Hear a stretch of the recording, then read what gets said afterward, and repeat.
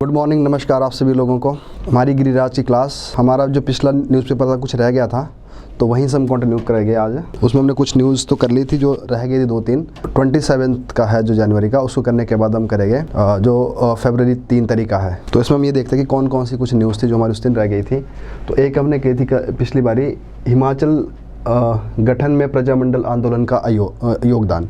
जो प्रजामंडल जो एक मूवमेंट थी उसने क्या क्या रोल प्ले किया पूरा हिमाचल बनने में, तो इसकी जो डिफरेंट स्टेजेस थी वो हमने पिछली क्लासेस में देखी थी। और आज एक बड़ी न्यूज़ ये है, इसमें समावेशी एवं सतत विकास का अग्रणी राज्य हिमाचल। तो ये जो आर्टिकल है ये सीएम साहब की तरफ से आ रखा है, और इस आर्टिकल में क्या है कि बहुत सारी इन्फॉर्मेशन एंड डाटा दे रखा है कि हिमाचल उस टाइम से लेकर, जब से हिमाचल को जो स्टेटहुड का दर्जा मिला है तब से लेकर अब तक कौन कौन सी हिमाचल की अचीवमेंट्स रही है। और इसमें क्या है कि जो कुछ डाटा है इसके अंदर कुछ फैक्ट्स है जो हमें पता होने चाहिए। वो पता इसलिए होने चाहिए कि वो प्रीलिम्स में भी क्वेश्चन बन सकता है इसका। और सबसे बड़ी बात है कि जब आप बड़ा आंसर लिखते हो, कभी इवन ऐसे लिखते हो, तो वहाँ पे भी ये जो डाटा है आप ये दे सकते हो। और एक चीज़ ये और ये है यहाँ पे, जो भी इसमें डाटा है, चाहे आप इसको जब आपके पास न्यूज़पेपर की जो कॉपी होगी उसमें खुद भी देख लेना, तो ये जो डाटा होगा इसके अंदर वो आपके लिए एक रेफरेंस भी रहता है इस तरह से। भले इसमें शॉर्टकट में लिखा होगा कोई चीज़, कुछ भी लिखा होगा उसमें, इसमें लिखा होगा कि टूरिज़्म लिखा होगा, तो टूरिज़्म को आप थोड़ा थॉरली पढ़िए। और इसमें लिखा होगा जो हमारी हाइडल जो पावर पोटेंशियल है उसको भी आप थॉरली पढ़ लो। तो जो जो इसके अंदर पॉइंट्स हो गए जिसको हम डिस्कस करेंगे उसको आप थॉरली पढ़ना स्टार्ट कर दें, क्योंकि इसका जितना भी इसमें जो डाटा दिया हुआ है कहीं ना कहीं उस सिलेबस के साथ रिलेट है। चाहे यहाँ पे एजुकेशन बात की हुई है, हेल्थ की बात की हुई है, टूरिज़्म की बात की हुई है, इसमें इंडस्ट्री की बात की है, और जो हमारा हाइड्रो पोटेंशियल है उसकी बात की गई है ना, पर कैपिटा इनकम की बात की गई है। तो ये जितने भी एरियाज़ है ये सारे, तो इनको आपको अपने लेवल पर करना पड़ेगा कि इसकी और क्या हो सकता है। इसके लिए क्या करना पड़ेगा आपको, जो भी आपके पास, जैसे कोई अभी इकोनॉमिक सर्वे आएगा उसमें अच्छी तरह से कर लो, और भी आपके पास कोई और सोर्स होगा उसे कर लो, पर आपको इसको सिलेबस के साथ रिलेट करके पढ़ना पड़ेगा। तो यहाँ पे जो दिया हुआ है उसको रेफरेंस के तौर पर आप रखिए और वहाँ से आगे करना है आपको। और देखिए क्या क्या इसमें, तो इसमें जो सबसे एंड में है एक, तो पहले हम यहाँ से देखते हैं इसको, क्योंकि हिमाचल दिवस के ऊपर ज़्यादा इसमें बात की गई है। तो अब इसमें देखना, आप कुछ डाटा है ये आपको रहना चाहिए पता, क्योंकि आप इसको अपने इंटरव्यू तक यूज़ कर सकता है। तो अब इसमें क्या है, सबसे पहले बात की गई सड़कों की। अगर सड़कें देखेगा हम 1971 में सिर्फ 7370 इतनी किलोमीटर सड़कें थी हमारे पास, और अब कितनी हो गई 38,470। तो इतना ज़्यादा बढ़ गया हुआ है। तो अब इतना आइडिया रखो आप, 7000 या 38, अगर आगे वाला नहीं भी याद आता तो ये आपको पता होना चाहिए। तो अब देखिए ये क्या है, हमारी जो इंफ्रा है, हमारा जो रोड इंफ्रा है उसकी बात है इसमें। अगर रोड इंफ्रा होगा तो बहुत कुछ हो सकता है इसके अंदर। और नेक्स्ट है एजुकेशन। तो कितने इंस्टीट्यूशंस हैं, तो 71 में सिर्फ 4945 थे, और अब कितने हो गया 15,551। तो देखो इसमें भी क्या है, डबल से भी ज़्यादा जंप हो रहा है इसमें। अब यही चीज़ अंदर दे रखी होगी। तो इसमें क्या है कि आप आंसर लिखते हुए इन डाटा को आप यूज़ कर सकते हो। अगर आपको एग्जैक्ट नहीं रहता तो आप लिख सकते हो अप्रॉक्सीमेटली इतना हमारा एजुकेशन इंस्टीट्यूशंस है।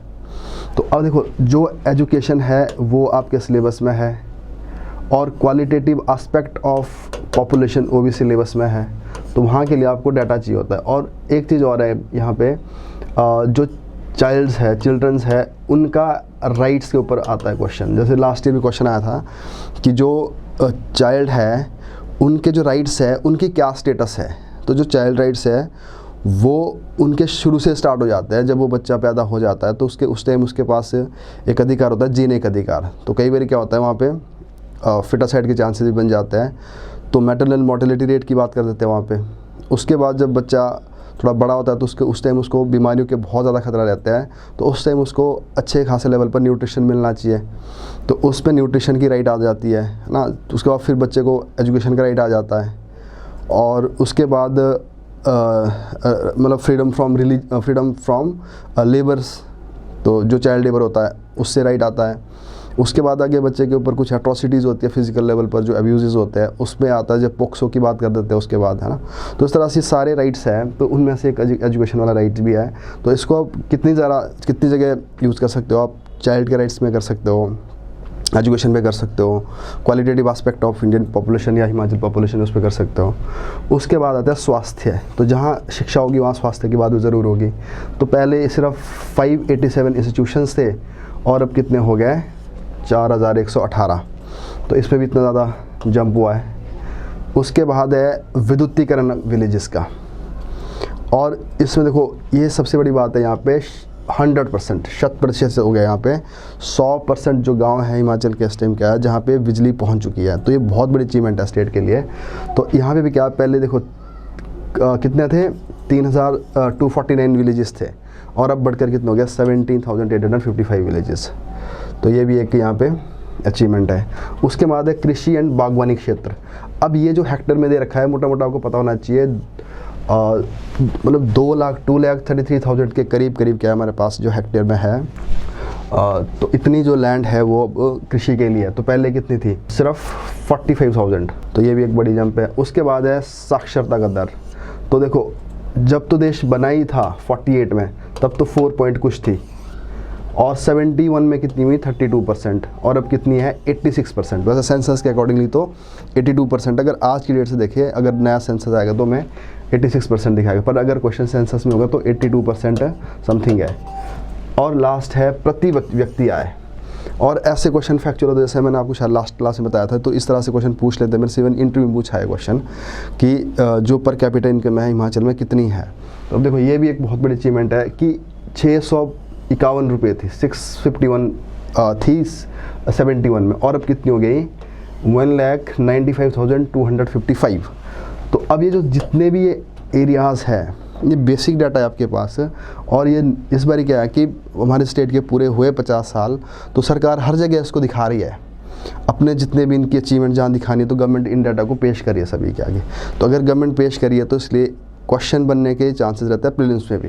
तो क्या पता प्रीलिम्स में भी डाटा पूछ ले, क्योंकि हिमाचल में फैक्चुअल क्वेश्चन पूछे जाते हैं, तो उसके लिए आप इसको तैयार कर लेना। तो इसको, तो यही आपके एरियाज़ है, और ये ऐसे एरियाज़ हैं जो आपके पूरे सिलेबस में है मेंस में। तो ये हो गया यहाँ पे। अब देखो एक इससे भी और एक अच्छी चीज़ आगे दे रखी है इन्होंने, इसमें क्या कर दिया इन्होंने, बिल्कुल शॉर्टकट कर दिया। तो कुछ स्कीम्स है यहाँ पे, ये स्कीम्स है सारी। अब ये स्कीम्स क्या आपके लिए एक रेफरेंस है ये, तो इन स्कीम के ऊपर आपको पढ़ना है। और पढ़ना कैसे है कि देखो हिमाचल HS का पेपर देता है तो प्रीलिम्स में क्या करता है, इसकी डेट पूछ लेता है। जैसे स्मार्ट सिटी मिशन है, कब लॉन्च हुआ था। तो एक तो ये सारी स्कीम आप नोट करना, और उन नोट करके अपने एक अलग से पेज में इनकी जितनी भी जो डेट्स होती है वो लिख लो कि कब ये हिमाचल में इम्प्लीमेंट हुई, कब ये ऑपरेशन में आई। तो ये, और पेपर से एक दिन पहले इसको देख लो। तो ये आता है प्रीलिम्स के लिए क्वेश्चन। और उसके बाद क्या है कि बहुत सारी जो स्कीम्स है वो अपने आप ही आपके जो सिलेबस में मेंशन्ड है, तो वहाँ भी क्वेश्चन बन सकता है। और फिर जहाँ पे लगता है आपको उसको ऐड कर सकते हैं। अगर वुमेन के ऊपर क्वेश्चन आता है तो इसमें से कुछ स्कीम्स लिख लो, और अगर ट्राइबल एरिया डेवलपमेंट की बात आती है तो उसमें ट्राइबल एरिया वाले स्कीम्स लिख लो। तो जो इसमें कुछ स्कीम्स है जो सरकार की बड़ी एम्बिशियस है, जिसके लिए गवर्नमेंट ने काम भी किया है, तो वो देखना। तो सबसे पहले है जी जनमंच। तो इसके लिए सरकार अभी पीछे लॉकडाउन में तो ये थोड़ा बंद हो गया था, फिर अब सरकार अब दोबारा से खोलने की बात कर रही है। तो अब जनमंच है, तो यहाँ मैं डिटेल में तो नहीं डिस्कस कर पाऊँगा, जब इसकी न्यूज़ आएगी तो और डिटेल में करेंगे। बट आपको क्या करना है कि अपने एंड से इसके बारे में सिर्फ 5-7 मिनट लगा के इसके बारे में समझना है। तो है क्या है जनमंच। तो अब जैसे आप देखते हो जनमंच में होता क्या है, अगर मैं थोड़ा शॉर्ट करके बताऊं इसमें कि जो डिस्ट्रिक्ट लेवल पे कोशिश की जाती है कि हर एक डिस्ट्रिक्ट में हो, तो वहाँ पे या मिनिस्टर होगा या MLA होगा, वहाँ को उसको प्रिजाइड करेगा, और ऑफिसर्स हो गए वहाँ पे, और जो जनमानस जो वहाँ की पब्लिक है, तो वो अपनी जो उनकी शिकायत होती है, जो उनके ग्रीवेंसेस होते हैं, उनका जो रिड्रेसल है वहीं पॉइंट पे हो जाता है, उसी मौके पे हो जाता है वहीं के ही। तो क्या हो गया, मतलब ये फास्टेस्ट एक वो है प्रोसेस है ग्रीवेंस रिड्रेसल मैकेनिज़्म का। तो अगर ये चीज़ होगी तो हमारा जो क्या होगा, गुड गवर्नेंस हो जाएगा, अच्छी सर्विस आ रही है लोगों तक, और लोगों को अपनी शिकायत का भी जल्दी निपटारा हो रहा है। और अल्टीमेटली क्या हो रहा है कि जो हमें जो पब्लिक सर्विसेज है वो अच्छे से अवेल होनी स्टार्ट हो जाएगी, और जो हमारी जो सरकार है उसकी अकाउंटेबिलिटी, उसकी रिस्पॉन्सिबिलिटी, देखो अकाउंटेबिलिटी और रिस्पॉन्सिबिलिटी और दोनों ही बढ़ जाएगी उसकी। अब गुड गवर्नेंस, अकाउंटेबिलिटी, रिस्पॉन्सिबिलिटी और effective delivery of public services, तो ये जो और ग्रीवेंसेस रिड्रेसल मैकेनिज्म है ना, ये सारी चीज़ें अपने आप में क्या बन गया आपके लिए, कीवर्ड्स बन गया इसको, जो आप इसमें यूज़ कर सकते हैं। और जो एक जो आपको निपटारा होगा वो एक टाइम बाउंड मैनर में होगा। तो यहाँ तो टाइम बाउंड मैनर से पहले हो रहा है, वहीं पे ही हो रहा है, ऑन स्पॉट पे ही हो रहा है। तो ये इस तरह से आप। और उसके बाद सहारा योजना। अब सहारा योजना क्या है कि कुछ ऐसी डिजीज़ है, कैंसर टाइप की डिजीज़ है, गरीब लोग हैं, अगर वो अफोर्ड नहीं कर सकते तो सरकार क्या करेगी, उसको लड़ने के लिए 3,000 रुपये की जो प्रति माह मतलब मंथली इनको असिस्टेंस प्रोवाइड कर रही है। तो इसमें इतना डाटा मैं नहीं देखना कि कितने लोगों को यहाँ पे बेनिफिट मिला है। तो ये भी एक, इसके बारे में आप और थोड़ा पढ़ लें। सामाजिक सुरक्षा पेंशन, तो इस पेंशन में क्या था कि 1,500 रुपये की पेंशन दे दी है। ये क्वेश्चन प्रीलिम्स के लिए बनता है। और एक मैंने आपको पहले ही बताया था कि यहाँ पे क्या है कि जो एज है, जहाँ पे कोई भी क्राइटेरिया नहीं होता, वहाँ पे एज का, कास्ट का या रिलीजन कोई भी क्राइटेरिया नहीं होगा, तो वो 70 साल से ऊपर जो लोग होंगे उनको अपने भी पेंशन मिलेगी। और देखो हिमाचल गृहिणी सुविधा योजना, तो इसमें क्या दिया जाएगा, 2.91 लाख परिवारों को निःशुल्क गैस कनेक्शन। और अभी भी इसमें रखा हुआ है कि टारगेट के हमने और भी देने हैं 1.6 लाख दो।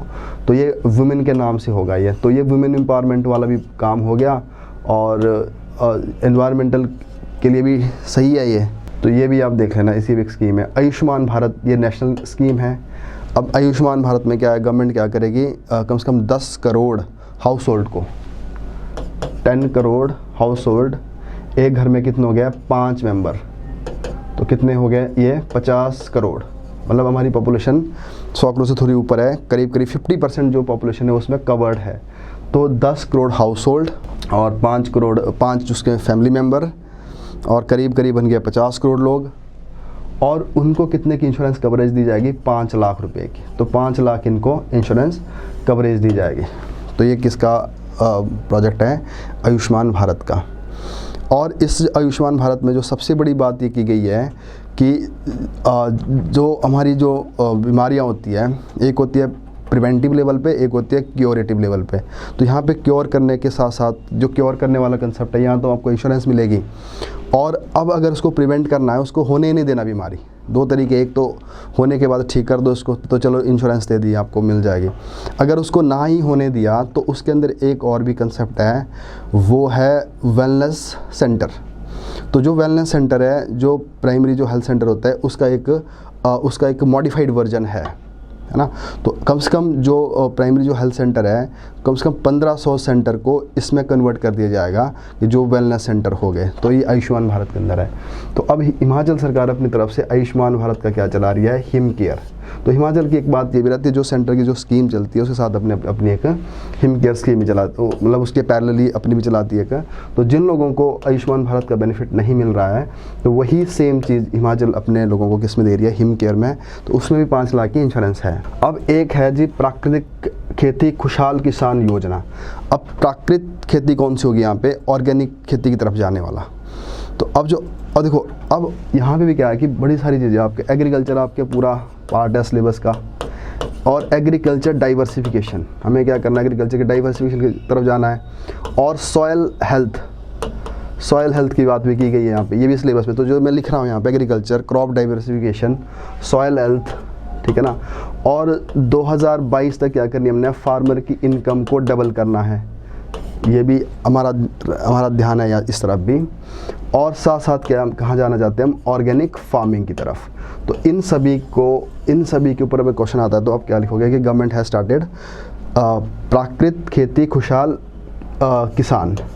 तो इसमें किसकी तरफ ध्यान दिया गया, ऑर्गेनिक फार्मिंग की तरफ। तो इसमें गवर्नमेंट कुछ प्रोवाइड करती है, तो ये भी आप अलग से देखना। वैसे ये सारी स्कीम भी इकोनॉमिक सर्वेंट बजट में आएगी, तो वहाँ भी आप देख सकते हो उसको। बट आपके दिमाग में हमेशा रहनी चाहिए चीज़ें कि किस क्योंकि आपको एक ऐसा इकोसिस्टम तैयार करना है अपनी तैयारी का, जहाँ पे चीज़ें रिलेट करेगी आपके सिलेबस के साथ। तो अब नेक्स्ट क्या है, प्रधानमंत्री आवास योजना, लोगों को घरों के लिए रहना चाहिए। तो जैसे मैंने बताया कि हिमाचल गवर्नमेंट क्या करती है, हमेशा ही पैरेलली एक स्कीम और चला देती है।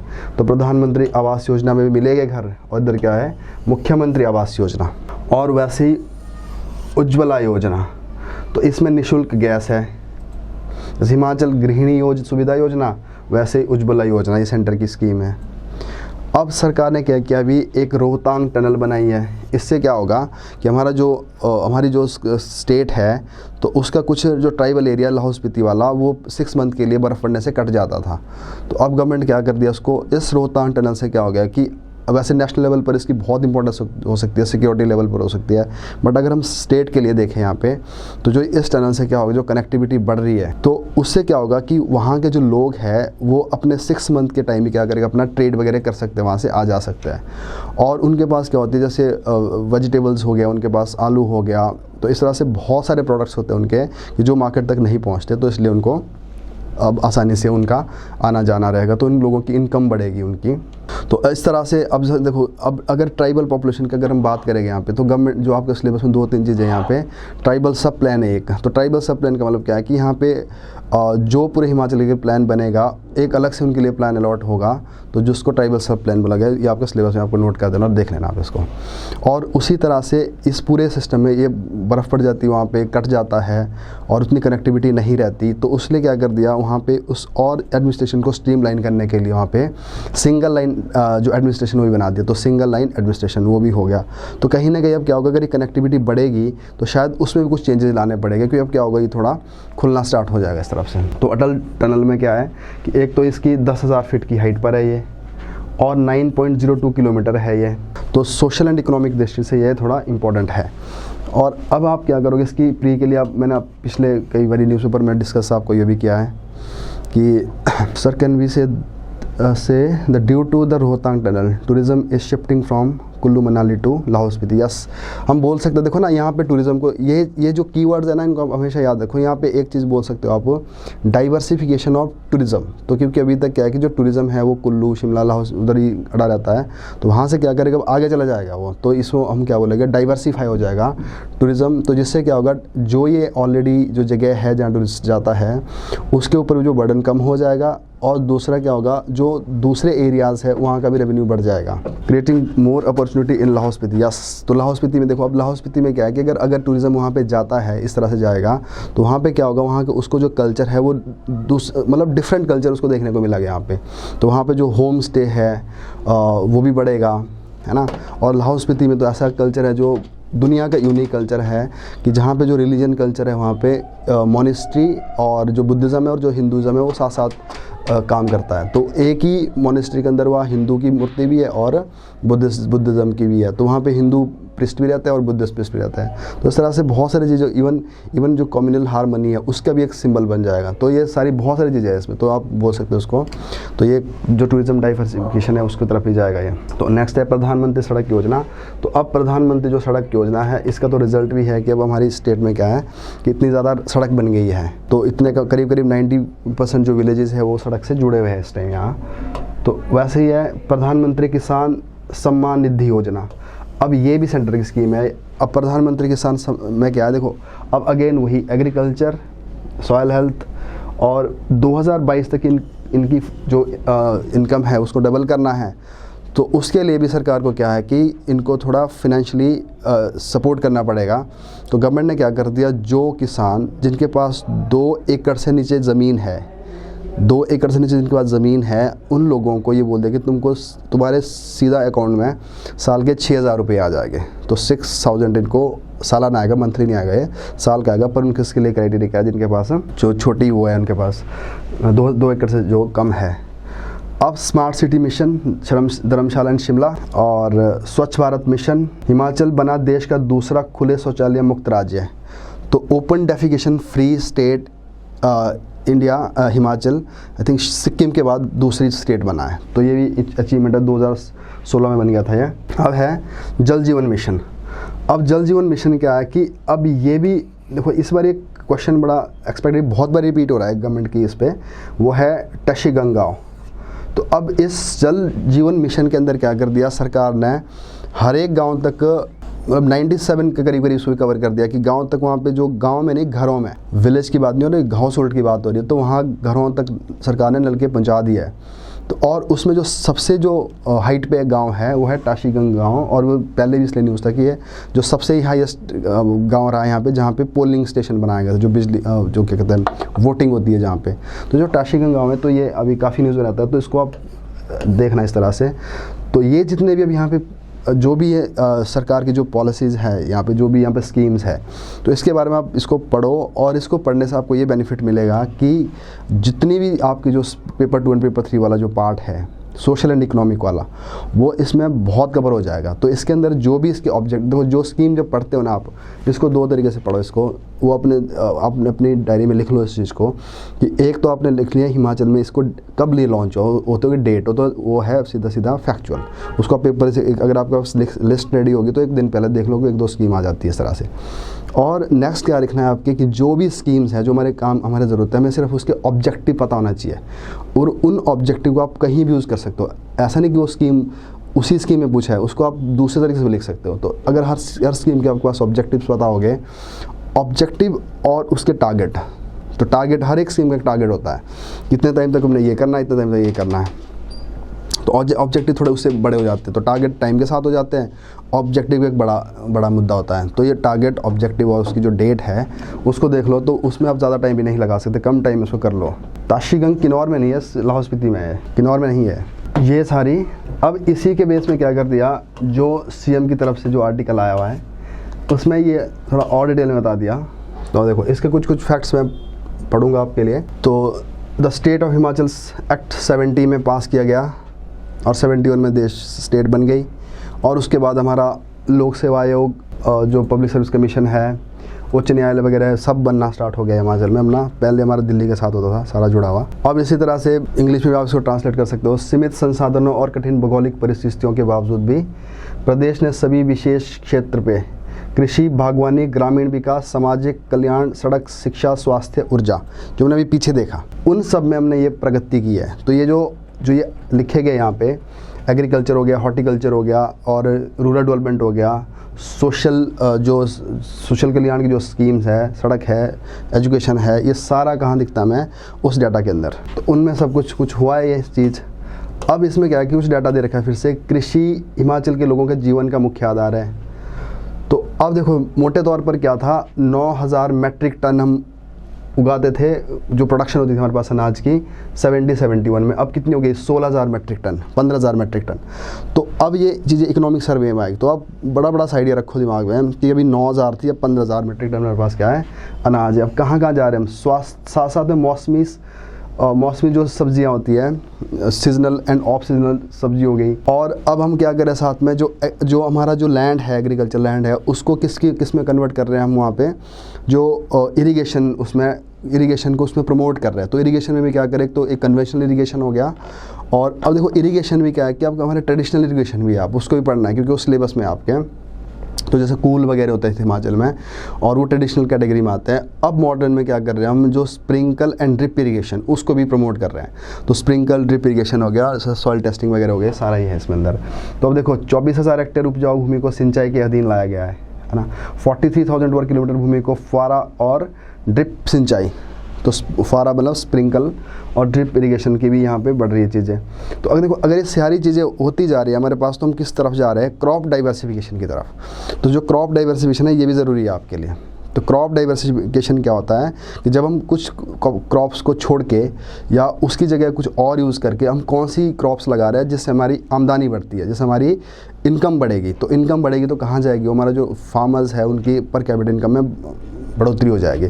तो क्रॉप डाइवर्सिफिकेशन से कई बार ये भी होता है कि जो पुरानी क्रॉप्स है उसकी वजह से क्या होता है, सॉइल की जो फर्टिलिटी है वो भी चली जाती है, जो उसकी हेल्थ है वो भी ख़राब हो जाती है।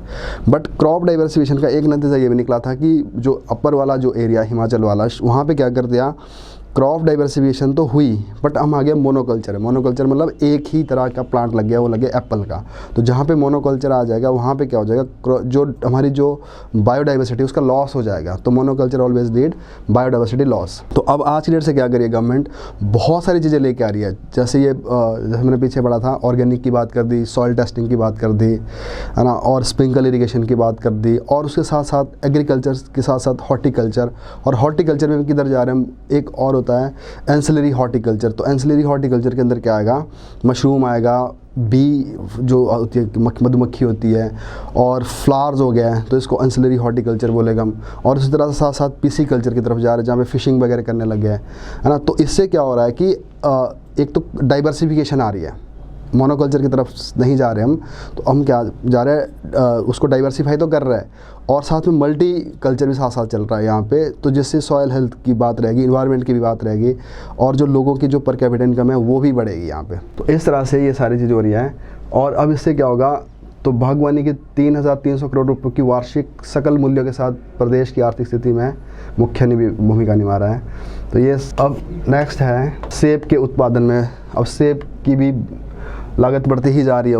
अब ये भी इकोनॉमिक सर्वे में आएगा कि कितना परसेंट जो एरिया है वो सेब कवर करता है और टोटल जो फ्रूट्स होता है उसका कितना परसेंट है ना।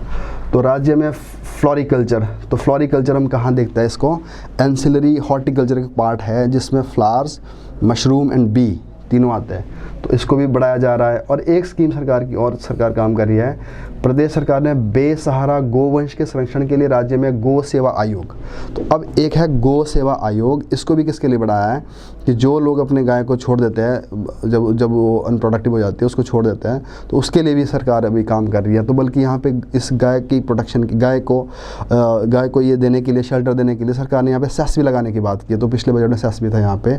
तो हिमाचल एक ऐसे स्टेट है जहाँ पे गाय की रक्षा के लिए, उसको शेल्टर प्रोवाइड करने के लिए सेस भी लगा है। तो इस तरह से इसके लिए ये काम किया। और अगर स्वास्थ्य के क्षेत्र में देखेगा, जैसे पीछे देखा था हमने, तो 4,118 स्वास्थ्य जो केंद्र है उनका एक नेटवर्क है। तो इसमें क्या है कि दुर्गम क्षेत्रों में स्वास्थ्य सुविधाएं प्रदान की जा रही है। तो 6 मेडिकल कॉलेज है यहाँ पे। उन्ना में पीजीआई चंडीगढ़ का सैटेलाइट सेंटर है। तो उन्ना में ये क्वेश्चन प्रीवियस बन सकता है कि जो पीजीआई का सैटेलाइट सेंटर हिमाचल में कहाँ पे, वो उन्ना में है। और वैसे यहाँ पे बिलासपुर जिला के कोठीपुरा में क्या बन गया है, जो एम्स का संस्थान बन गया हुआ है ना। तो ये सारी चीज़ें यहाँ पे।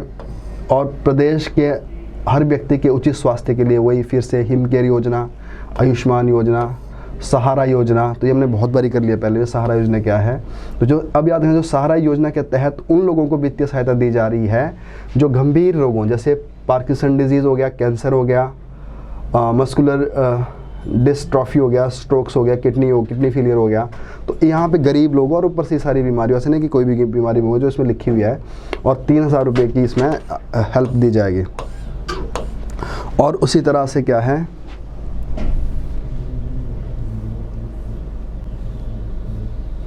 मुख्यमंत्री चिकित्सा कोष, तो यहाँ मुख्यमंत्री का कोष भी है, यहाँ पे भी है। मुख्यमंत्री निःशुल्क दवाइयों की योजना भी है।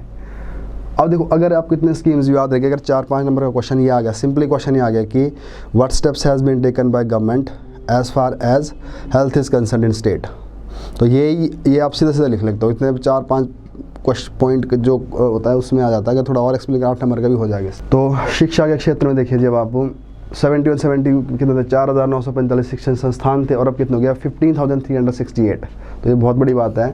तो 23 विश्वविद्यालय और एम्स, IITs ये सारी हो गई। और शिक्षा दर कितनी है, 82.80, और दूसरे स्थान पर है केरला के बाद। और हिमाचल राष्ट्रीय माध्यमिक शिक्षा अभियान के तहत भी बड़ी कुछ अचीवमेंट्स हुई है। तो और स्कूलों में स्मार्ट क्लासरूम की बात होती है। तो देखो 2,137 स्कूल क्या है हिमाचल में स्मार्ट क्लास की तरफ जा रहे हैं। और अखंड शिक्षा ज्योति, मेरे स्कूल से निकले मोती। अब ये क्या होता है, जो सरकारी स्कूल होता है ना, सरकारी स्कूल से जो लोग पढ़ के या तो कोई बहुत बड़े मुकाम में पहुँचे, या तो किसी को अवार्ड मिल जाए, या तो कोई HES बन जाए, तो उनका वहाँ पे क्या होगा, उन लोगों को वहाँ पे बुलाया जाता है स्कूल में, उनको पूरा वहाँ सम्मानित किया जाता है और उनके वहाँ पे उनका नाम वगैरह मेंशन किया जाता है स्कूल की लिस्ट में।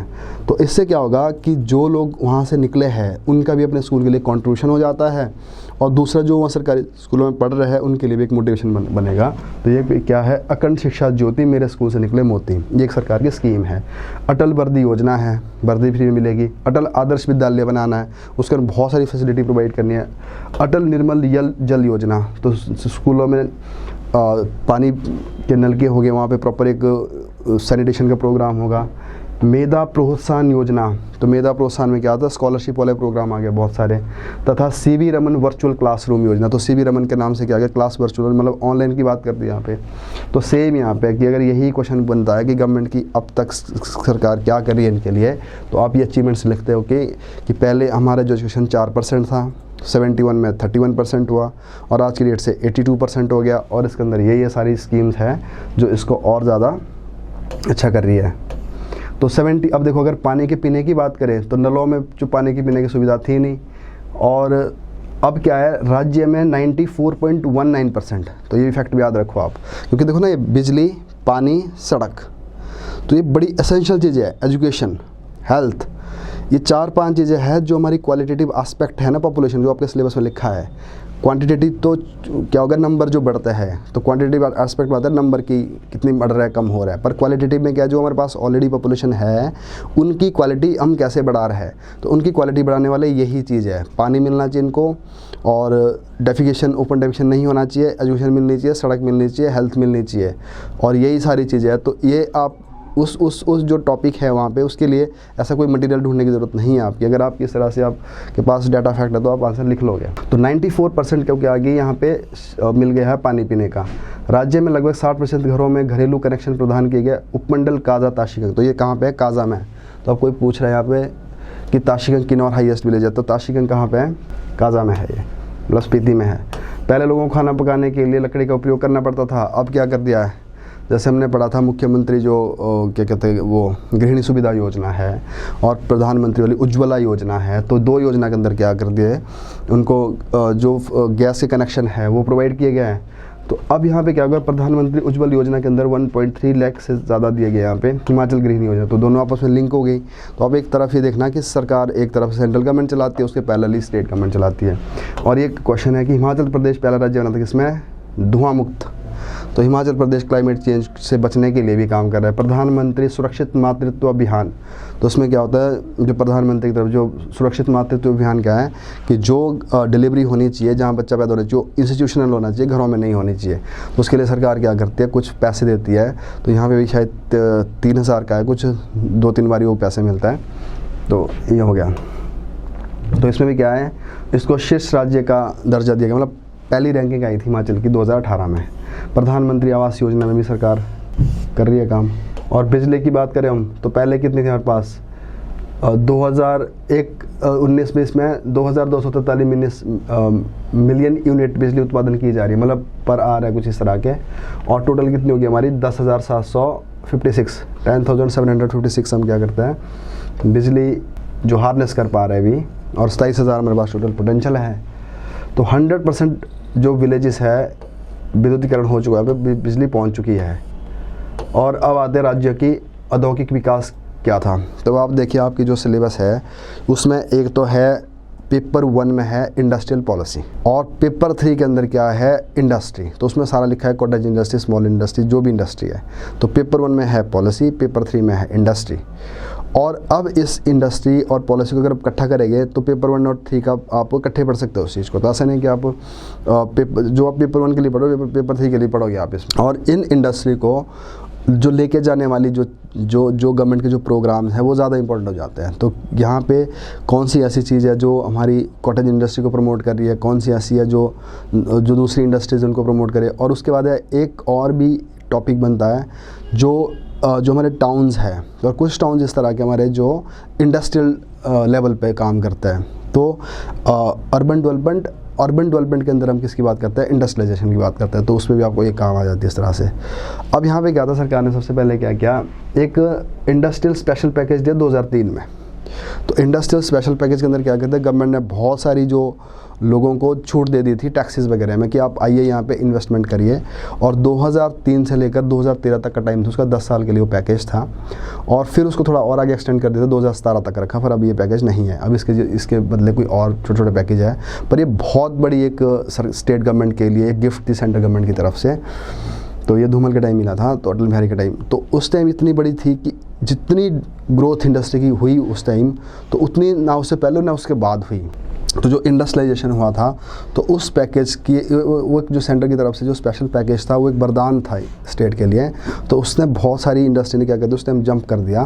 तो काफ़ी सारे इंडस्ट्रियलिस्ट भी आए, तो वो तो वहाँ पे था। और उसके बाद अब गवर्नमेंट अब क्या क्या करे, तो अब जो भी करंट में चलता है, चाहे सिंगल विंडो स्कीम है गवर्नमेंट की, चाहे ई गवर्नेंस वाला स्कीम है, ईज़ ऑफ डूइंग बिजनेस वाला काम है, और उनके लिए इंफ्रा डेवलपमेंट करना है, उनको लैंड प्रोवाइड करनी है। तो ये सारे किस बातें होती है जो इंडस्ट्रियलाइजेशन को प्रमोट करती है। तो ऐसे करके क्या हो सकता है, यहाँ पे 2003-4 से 2013 तक अब तक 9140 उद्यम स्थापित किए गए हैं। ये मेन जो कहाँ पे बढ़ी है इसकी जो ये इन 10 सालों में। तो जब स्पेशल पैकेज आया था, प्रदेश में के इतिहास में पहली बार रोज़गार सृजन निवेश को आकर्षित करने के लिए अब सरकार ने देखो कितना बड़ा इनिशिएटिव लिया। चाहिए एम्प्लॉयमेंट में भी लिख सकते हो आप इसको, इंडस्ट्री को प्रमोट करने के लिए लिख सकते हो आप, जिसमें किसकी बात की गई, ग्लोबल इन्वेस्टमेंट मीट। तो धर्मशाला में इसको लाया गया था। तो इस ग्लोबल इन्वेस्टमेंट मीट को हम कहाँ करेंगे, एक एम्प्लॉयमेंट अपॉर्चुनिटीज़ और दूसरा क्या है हमारा इंडस्ट्री को और ज़्यादा एक थ्रस्ट देने के लिए। तो जिसमें क्या था कि कितनी हमने एक्सपेक्टेशन है इससे कि कितना मेरे पास फंड आएगा, मतलब कितना हमारे पास इन्वेस्टमेंट आएगी, फंड तो नहीं बोलेंगे उसको, जिसमें लगभग 96,721 करोड़ रुपए।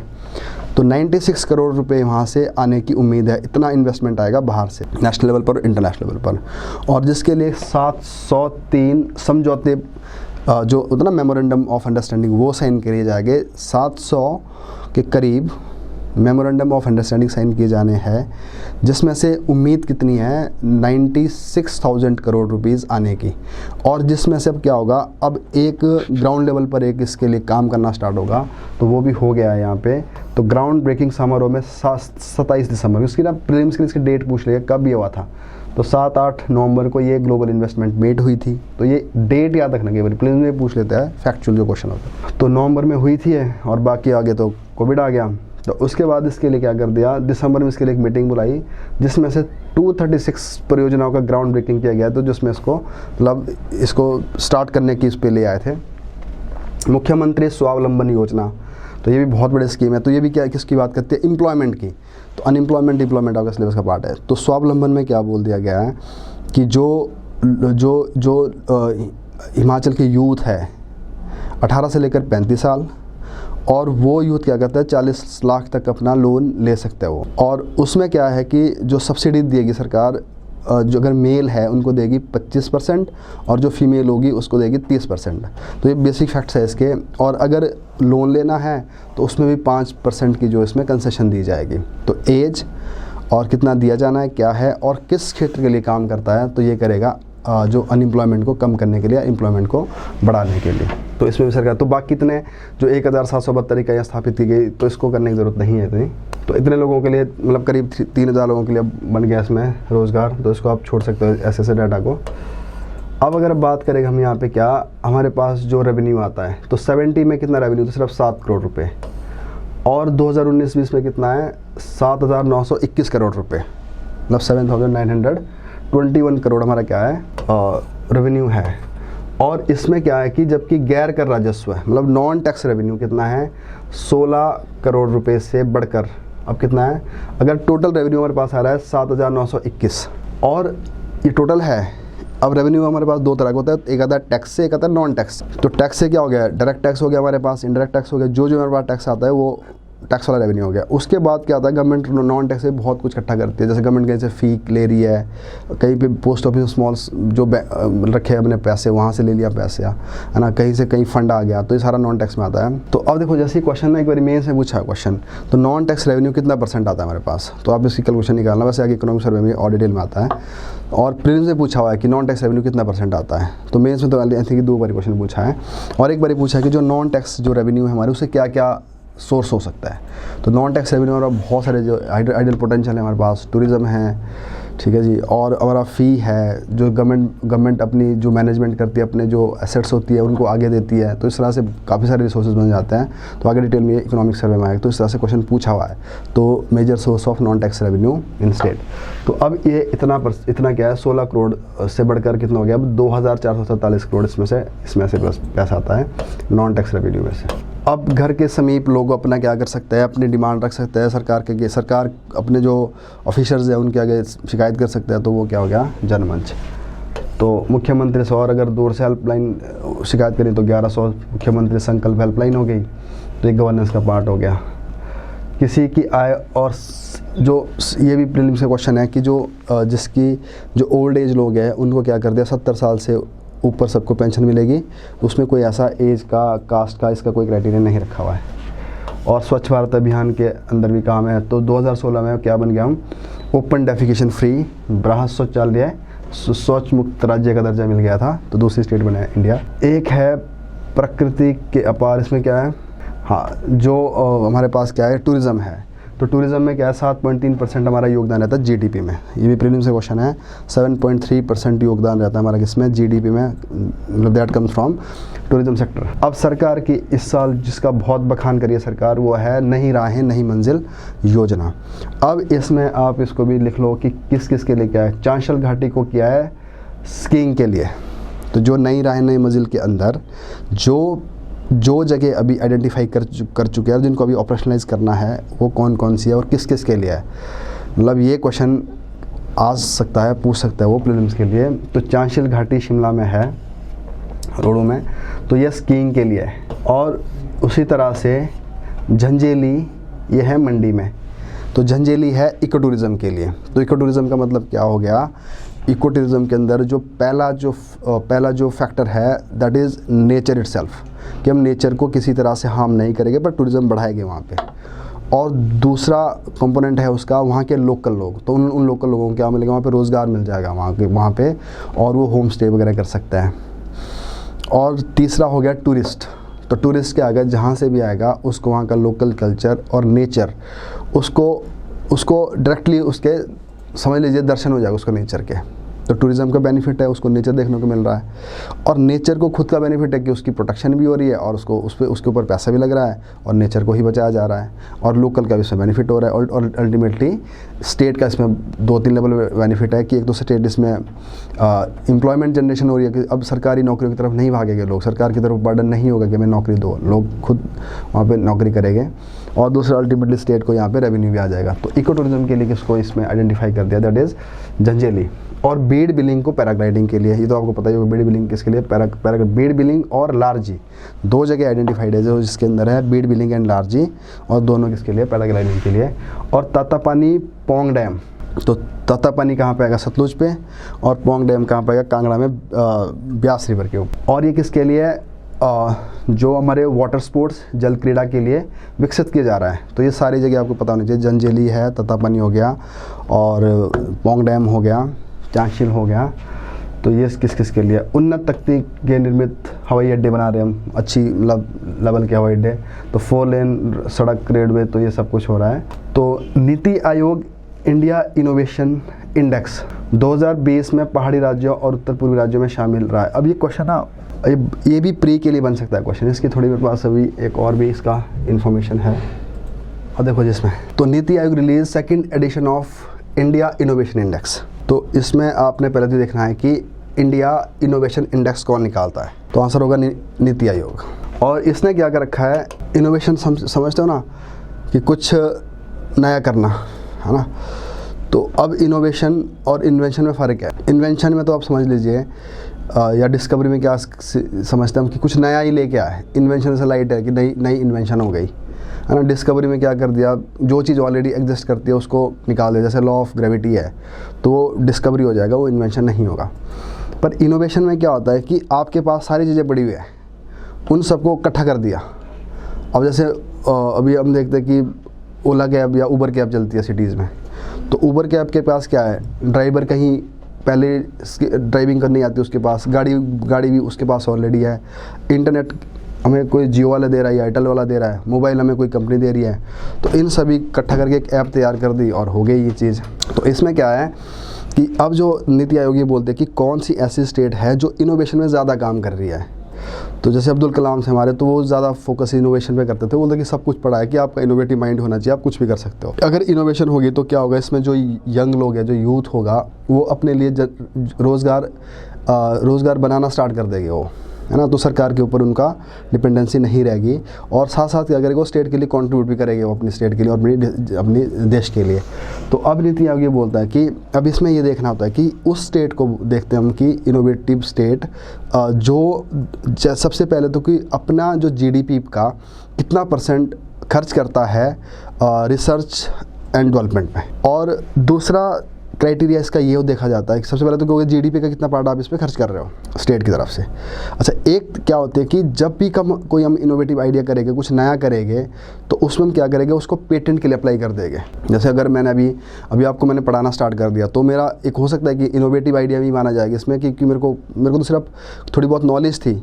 अब गिरिराज मैंने कहाँ से उठा लिया, और इंटरनेट में कहीं से और से ले रहा हूँ, और जूम मैं किसी और का यूज़ कर रहा हूँ, कैमरा मैं किसी और का यूज़ कर रहा हूँ और आपको वो सर्विस प्रोवाइड कर रहा हूँ। और उधर से क्या कर दिया मैंने, अपना जो ये मेरा लोगो है जो आपको जोगटा एकेडमी के अंदर आपको ये मिल रही है जो क्लासेस, और उसको क्या कर दिया मैंने, पेटेंट करवा दिया। तो अब होगा क्या कि जहाँ ज़्यादा लोग इनोवेटिव हो गए तो उन्होंने कुछ इनोवेट करके कुछ नया कर दिया, तो उनको ये तो डर रहेगा ना कि कहीं इसको कोई कॉपी ना कर दे, तो वो क्या करेगा, इसके लिए पेटेंट करवाएगा अपना। तो पेटेंट का मतलब है उसको एक राइट मिल गया कि उसको कोई कॉपी नहीं करेगा। तो अब जो लोग अच्छे इनोवेटिव हो गए तो ऑब्वियसली उनके पास स्किल्स हो गए, वो पढ़े लिखे लोग हो गए, तो तभी वो कुछ इनोवेटिव आइडियाज़ करेंगे। तो वहाँ उसका पता कहाँ से चलेगा मैं, कि जब सरकार के पास पेटेंट रजिस्टर्ड होता है। तो अगर मैंने पेटेंट के लिए रजिस्टर किया तो अब वहाँ पे मैंने ये देखना है कि कितने, मतलब 10 लाख लोगों के पीछे कितने पेटेंट हुए हैं। तो अगर हिमाचल की जो पॉपुलेशन है 68 लाख के करीब है, तो इसको 10-10 लाख के पीछे ग्रुप बना दे तो कितने लोगों ने यहाँ पे पेटेंट किया है। तो हर 10 लाख के पीछे कभी 100 लोग हो गए, 200 लोग हो गए, 500 लोग हो गए। तो जितने ज़्यादा उसके पेटेंट हो गए तो उससे लगता है कि पता वो लोग इनोवेटिव है। और दूसरा, अब पेटेंट भी हो रहा है तो उसका मतलब लोग, सरकार खर्च भी कर रही है उसके ऊपर, तो गवर्नमेंट जीडीपी का कितना पार्ट उसमें खर्च कर रही है। और तीसरी चीज़ इसमें यह है कि जो यूनिवर्सिटी है, जो कॉलेजेस है, वो कितने रिसर्च पेपर इस पर इशू कर रहे हैं, कितने वो स्टेट से रिसर्च पेपर आ रहे हैं। तो जो वहाँ के खासकर जो हायर एजुकेशन के जो इंस्टीट्यूशंस हैं वो कितने रिसर्च पेपर इन चीज़ों पे तैयार कर रहे हैं। तो सभी चीज़ों पर हो सकता है, ज़रूरी नहीं कि कोई कुछ नया बन ही रहा है या उसको बनने के लिए कुछ तरीका ही बताया जा रहा है। तो रिसर्च पेपर, जीडीपी का पार्ट और पेटेंट कितने उसके लग रहे हैं वहाँ पर, तो वो सारा डिसाइड करता है कि हाँ ये जो स्टेट है वो इनोवेटिव है। तो अब ये बेसिक इन्फॉर्मेशन है और अब क्वेश्चन ही बनता है कि इसको कौन निकालेगा, उसको निकालेगा नीति आयोग। तो नीति आयोग यही काम करता है कि जो स्टेट होती है हमारी उसकी वो इंडेक्सिंग करता है कि किसने क्या क्या काम किया है। तो जो भी सरकार के कुछ ऑब्जेक्टिव्स होता है, जो भी कुछ प्रोजेक्ट्स होता है, और वो प्रोजेक्ट सभी स्टेट के लिए दिया जाता है कि आप सब ये काम करो। अगर सब स्टेट अपने लेवल पे काम करेगी तो देश आगे बढ़ेगा।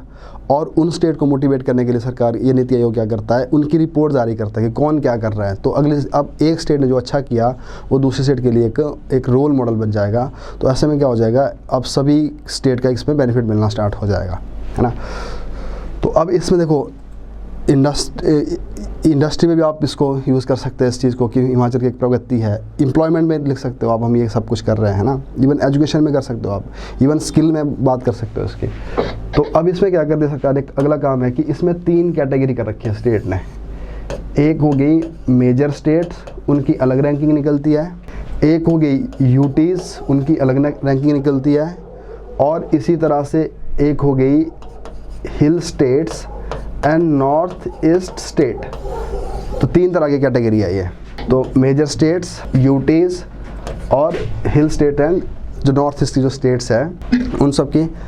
प्लीज़ जिसका माइक ऑन होगा प्लीज़ बंद करिए। तो इन सब की यहाँ पे 3 निकल गई। तो अब इसमें क्या है कि इसमें जो पहली रैंकिंग आई है स्टेट के अंदर वो है कर्नाटका, और यूटी में आया है दिल्ली, और अभी नॉर्थ ईस्ट और हिमालयन स्टेट में आया क्या, HP। तो हमारा जो मेन कंपटीशन था उत्तराखंड के साथ था, यूके के साथ है। तो इसमें हमारी पहली रैंकिंग आई है। तो ये सारा आपको यहाँ पे प्रीलिम्स के लिए चीज़ें आ सकती है। तो अब देखिए, तो ये इसमें ये जो लिस्ट निकली है, तो मेजर स्टेट में आ गए कर्नाटका, और यूटी में आ गए दिल्ली, और नॉर्थ ईस्ट और इसमें आ गए हिमाचल प्रदेश। तो अब देखिए यहाँ पे नीति आयोग के इंडिया इनोवेशन इंडेक्स 2020 में पहाड़ी राज्यों और उत्तर पूर्वी राज्यों में शीर्ष स्थान पर रहा। तो पहला स्थान किसका है, हिमाचल का। अब आपके सिलेबस में ड्रग मेनेस करके और क्राइम करके भी लिखा हुआ है। तो ड्रग्स में क्या है, देखो अब अगर ड्रग्स के ऊपर क्वेश्चन बने तो ये बने क्वेश्चन, ड्रग्स के कॉजेज़ क्या है, क्यों ड्रग्स की प्रॉब्लम बढ़ रही है हिमाचल में। तो उसके कॉजेज़ आप एक तरफ से देख लो, और उसके कॉन्सिक्वेंसेस क्या है, दूसरा क्वेश्चन इस पर बनेगा, उसके भी देख लेना। कभी हम इसमें करेंगे, जब आएगा तो हम डिटेल में करेंगे इसको, कॉजेज़ एंड कॉन्सिक्वेंसेस को। और तीसरा बनता है कि सरकार की तरफ से क्या स्टेप उठाए गए। तो इस ड्रग के साथ लिखा है और एक सिलेबस में पे क्राइम। तो क्राइम के भी यही है सेम, कॉजेज़, कॉन्सिक्वेंसेस, और उससे भी ज़्यादा इंपॉर्टेंट क्या हो जाता है, स्टेप्स टेकन बाय गवर्नमेंट। तो अब इसमें ना एक चीज़ और है जो हिमाचल के लिए अच्छी चीज़ है यहाँ पे, अपराध और आपराधिक ट्रैकिंग नेटवर्क की प्रणाली में। तो इसकी भी एक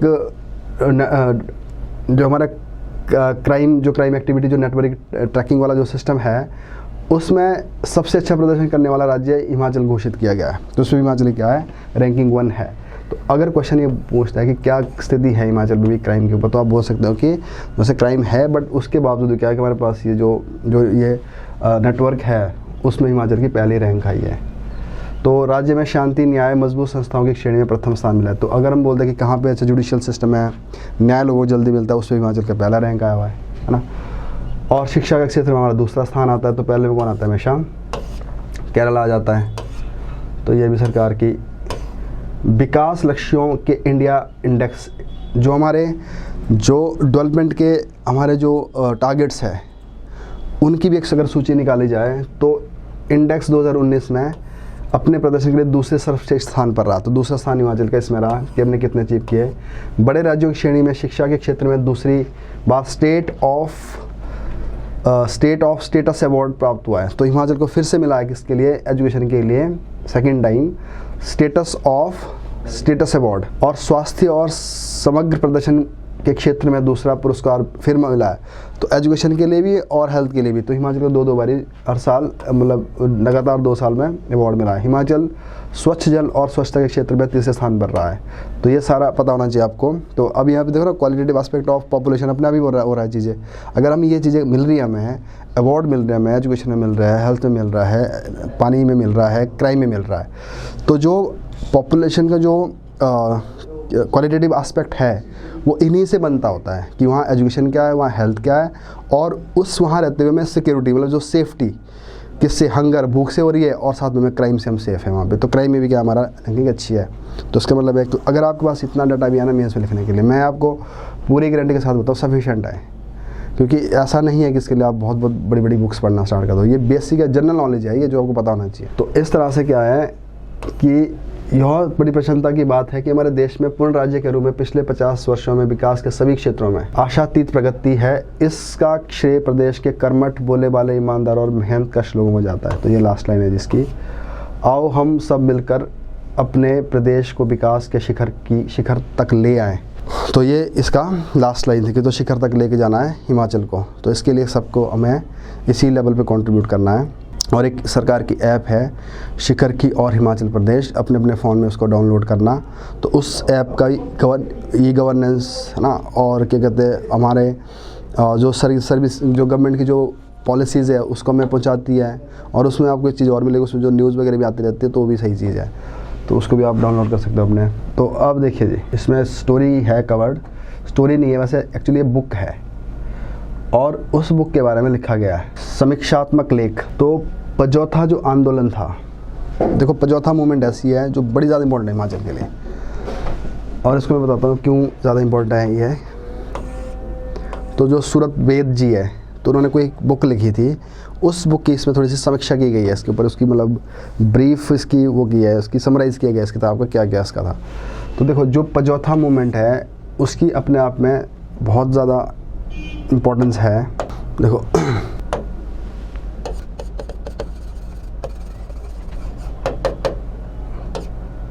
तो एक कब के थी 1942 और थी कहाँ ये सिरमौर में। और देखो अब हमारे पास क्या है पजौथा मूवमेंट, ये बोलते क्या क्या चीज़ें थी। अब ये एक तो था एग्रेरियन मूवमेंट, जो क्या चाहती थी एग्रेरियन रिफॉर्म्स। तो एग्रेरियन में क्या चाहती थी वो, जो एग्रीकल्चर के ऊपर जो टैक्स लगा हुआ है, रेवेन्यू जो है वो कम हो, रेवेन्यू क्या जो लोग देते थे टैक्स वो कम हो जाए। तो यहाँ भी आप इसको यूज़ करोगे इसके।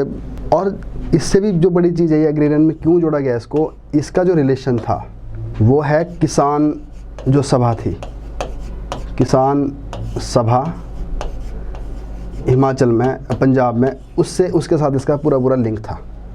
तो इसको हम कहाँ देखते हैं, हम एक एग्रेरियन रिफॉर्म के पार्ट में देखते हैं, हम एग्रेरियन मूवमेंट के पार्ट में, क्योंकि किसान सभा के साथ इसका लिंक है। और दूसरा इसको देखते हैं हम सोशल मूवमेंट, सोशल सेक्टर के मूवमेंट भी है ये, और जो क्या चाहती है सोशल रिफॉर्म।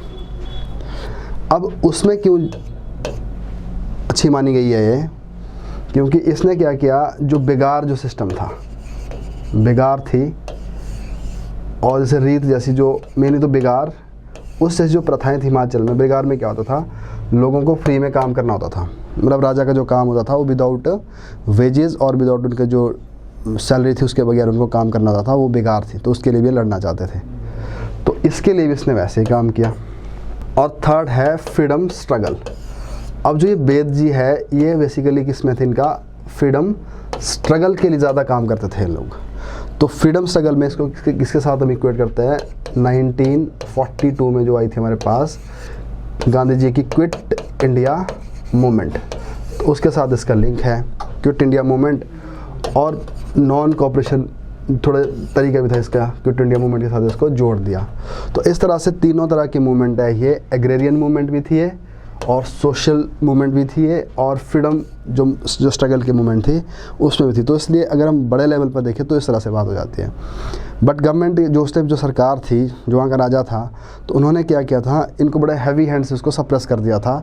तो उनके अगेंस्ट वाइल मतलब उन्होंने एक बड़े लेवल पे इनके ऊपर एट्रॉसिटीज़ हुई थी, इसका फिजिकल लेवल पर उनको मारा पीटा और जेल में डाला गया। तो ये सारी हम इस आर्टिकल में कुछ चीज़ें देखेंगे इस तरह से। तो इस तरह से जहाँ भी आपको क्वेश्चन बनता है इस तरह से इसको आप यूज़ कर सकते हैं।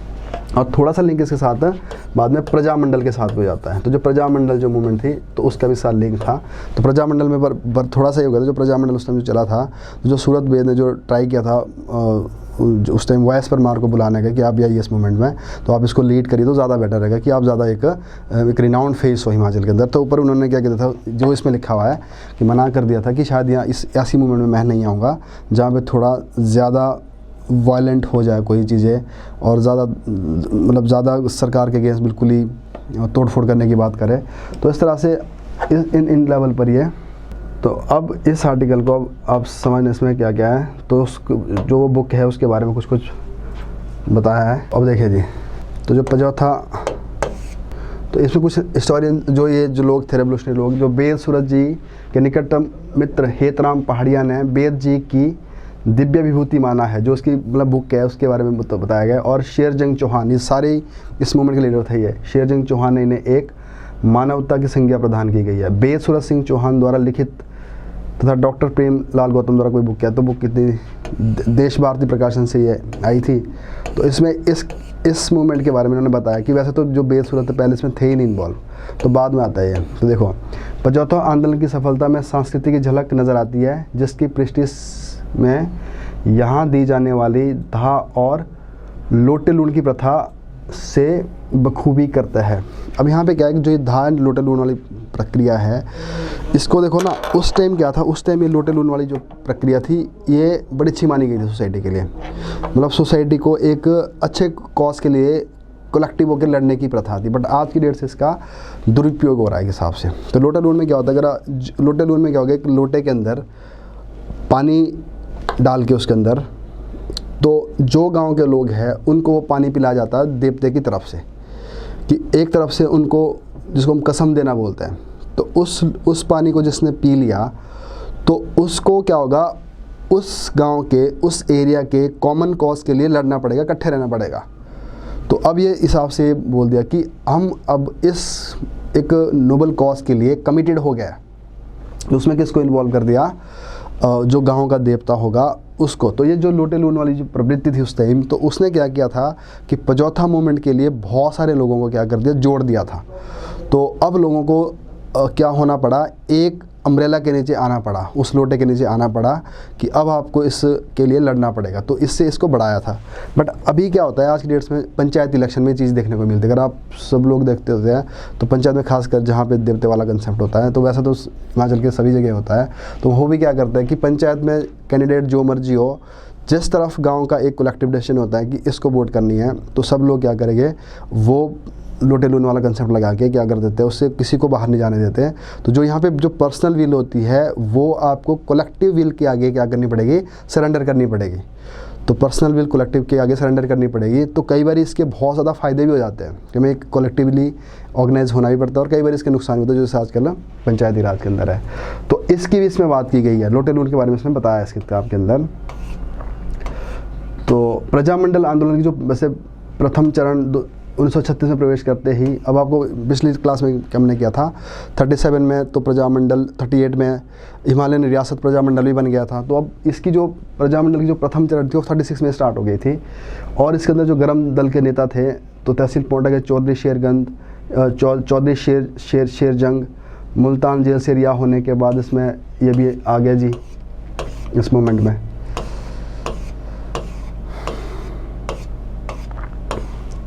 और सिरमौर प्रजामंडल प्रधान बनने जाने की खुद ही प्रजामंडल सदस्यता स्वीकार कर इस प्रथम आंदोलन को विस्तृत चर्चा की। तो अब जो सिरमौर प्रजामंडल था, तो यहाँ पे जो ये चौधरी शेरजंग थे, इनका बहुत बड़ा कंट्रीब्यूशन था। तो ये आ गया इसमें। और उसके बाद है कटोगड़ा से सरहा से लगभग 25-30 किलोमीटर दुर्गम पैदल यात्रा करके वो जहाँ भी जाते, थानेदार वाला जो थप्पड़ है, जो जहाँ पे जाते हैं वो किसी के थानेदार को थप्पड़ मार देते हैं, तो वहाँ से ये थोड़ा रेवोल्यूशनरी टाइप होने लग जाता है।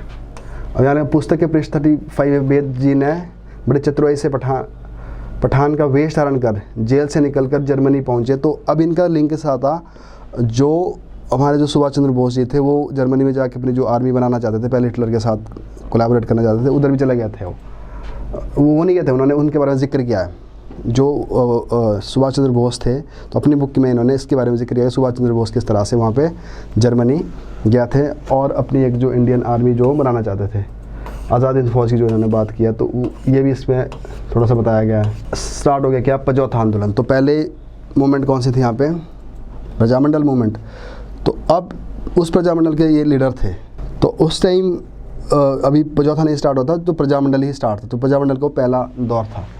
उसके बाद पजौथा आंदोलन जब स्टार्ट हुआ तो 1942-43, तो वो उसका भी दूसरा चरण माना जाता है, जो प्रजामंडल की मूवमेंट थी, पजौथा मूवमेंट को 42 और 43 में।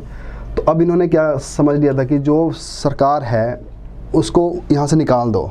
तो इस पजौथा मूवमेंट की यही खास बात थी, ये सरकार को भी बाहर करने की बात करती थी, जो ब्रिटिश इंडिया है, और राजाओं की पावर भी कम करने की बात कर रही थी। और साथ साथ जो सेकंड वर्ल्ड वॉर स्टार्ट हो गई थी, उसमें भी क्या बोलते थे कि हमने ना वहाँ पैसा देना है, ना हमने अपने वहाँ पे सोल्जर देना है। तो भाई दो ना पाई दो वाला भी यहाँ पे कंसेप्ट था। तो ये ना एक बड़े लेवल की मूवमेंट थी, जो सोसाइटी के हर एक पहलू को ये टच कर रही थी, चाहे बेगार थी उसमें भी आना चाहती थी। तो इस तरह से क्या हो गया, जो पजौता के जो वीर थे का रक्त भी खौल उठा। अब वेद जी इस पुस्तक में पजौता के भौगोलिक सांस्कृतिक झलक पुस्तक में बात देते हैं इसमें। अब इसमें क्या किया उन्होंने, रियासत में राजस्व एवं वित्तीय मंत्री सर्वे सर्वा बने राम गोपाल अब्बी। तो इसमें जो सबसे जो क्रूअल आदमी था, जो राजा के नीचे जो वित्तीय मंत्री था उस टाइम, उसका नाम अब्बी था, राम गोपाल। वो उसके साथ उसकी जो नीतियाँ थी वो लोगों के लिए बिल्कुल भी सही नहीं थी, खासकर कौन सी वाली, रेवेन्यू वाली, ये बिगार वाली, इनसे दुखी थे ये लोग। तो अब इनको लगता था कि अगर जब तक हम अपने ही जो हमारे राजा के जो मिनिस्टर है उनसे ही हम छुटकारा नहीं पाएंगे तो ब्रिटिशर से कैसे पाएंगे हम छुटकारा। इसलिए जो इनकी जो लड़ाई थी यहीं से स्टार्ट हो जाती है। तो अब इन्होंने क्या कर दिया, उस अब्बी के अगेंस्ट इन्होंने मतलब इश्तिहार वगैरह लगाने स्टार्ट कर दिए और तानाशाही के आदेशों को बाहर करने की बात कर दी। बेगार प्रथा पर भी जन प्रक्रिया की, तो बेगार प्रथा के अगेंस्ट उन्होंने बोलना स्टार्ट कर दिया। और बल्कि क्वेश्चन आप देखोगे मैं से पूछ भी लिया है पिछली बारी में। तो अब यहाँ पे क्या है नेक्स्ट, और किसान सभा आंदोलन से भी प्रेरित है, कहाँ की, पंजाब वाली।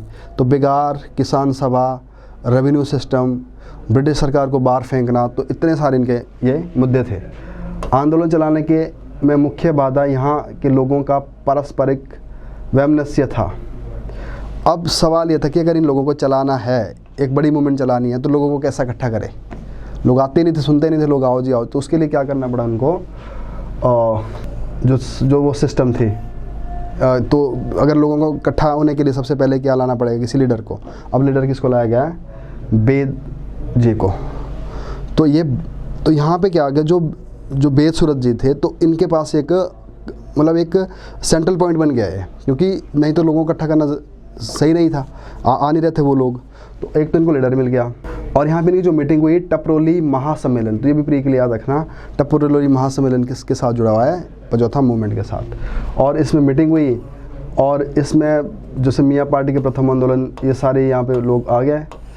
और इसके अंदर क्या था, अब दूसरा चीज़ क्या था कि अगर ये लोग, चलो लीडर तो इनको मिल गया कि आ गए, और कैसे लाए इनको, इनसे कमिटमेंट कैसे ले। कि हाँ तुम हमारे साथ लड़ोगे और हम सब लोगों का एक कॉज है और उसके लिए हमें लड़ना है। तो उसके लिए कौन सी प्रथा यूज़ की इन्होंने, वही लोटे लून वाली। तो यहाँ पे लिखा है कि उनको तैयार होने पर प्रमुख व्यक्तियों ने लोटे लून की सामाजिक रीति का अनुसार पूर्ण समर्पण से सहयोग देने का वचन दिया। तो जैसे आज के इलेक्शन में लोटा लून किया जाता है, तो वैसे उस टाइम अच्छे काम के लिए हुआ था। तो इस बार राम गोपाल अब भी पचौथा के दौरे पर आए। और देखो एक बात और थी, यहाँ पे लोगों की डिमांड क्या थी। वहाँ पे जो पचौथा मूवमेंट वाले जो लोग थे वो बोलते थे कि जो वहाँ का राजा है वो खुद आके यहाँ पे कंडीशन देखे लोगों की, खुद दौरा करे। तो इन्होंने ये भेज दिया फिर से अभी, और वो आया, उसको भी क्या कर दिया, कुछ लोगों ने उसको मिसगाइड कर दिया कि आप वहाँ जाओगे ये होगा, और उसने जो दौरा करना था उसने किया ही नहीं है। तो इस तरह से लोग और गुस्से में आ गए। तो अब इसमें कुछ और भी डर थे। रियासत के हिक्कू सिंगटा, अब्बू प्रीतम, ये लोग भी आ गए। आंदोलन को व्यापक बनाने की योजना तैयार कर अपनी सतर्कता एवं गुप्तचर व्यवस्था के अनुरूप आंदोलन अब इसको बड़े लेवल पर लेकर जाना है। तो इन्होंने पूरी प्लानिंग कर दी, और ये सारा पता किसको चलता जा रहा है, सरकार को लग रहा है पता कि ऐसा होने वाला है वहाँ पे। तो अब सरकार अपनी तरफ से यहाँ पे और ज़्यादा एक्टिव हो जाएगी। तो आंदोलनकारियों ने गांव-गांव जाकर लोगों को अपने अधिकारियों और कर्तव्यों के प्रति सचेत करते रहे। देखो कितनी सही मूवमेंट थी ये। तो हम यहाँ बोल सकते जैसे होम रूल मूवमेंट चलाई थी ना कभी, तो वैसी मूवमेंट भी थी है कि लोगों को बताओ उनके बारे में कि आप राजा आपके ऊपर टैक्स लगा रहा है फालतू के, उधर आपको बिगाड़ देनी पड़ती है, ब्रिटिशर्स को आपको पैसा भी देना है, सोल्जर भी देने पड़ रहे हैं। तो ये सारी चीज़ों के अंदर रह के आपको इससे से बाहर निकलना है। तो ये ऐसी मूवमेंट होना ज़रूरी भी था। और एग्रेरियन को बोल दिया कि देखो तुम्हारी भी कंडीशन ख़राब है, तुम सीखो जो किसान सभा है पंजाब की वो क्या बोलती है, उसके आइडियाज़ लो और एक रेवोल्यूशन लेके आओ। तो अगर सही मायने में देखो, जो हिमाचल में जो लोगों ने सबसे बड़ी रिवॉल्ट चलाई थी वो ये पचौथा ही थी, क्योंकि इसके जो फेस थे बड़ी मल्टी डायमेंशनल एरिया कवर करती थी।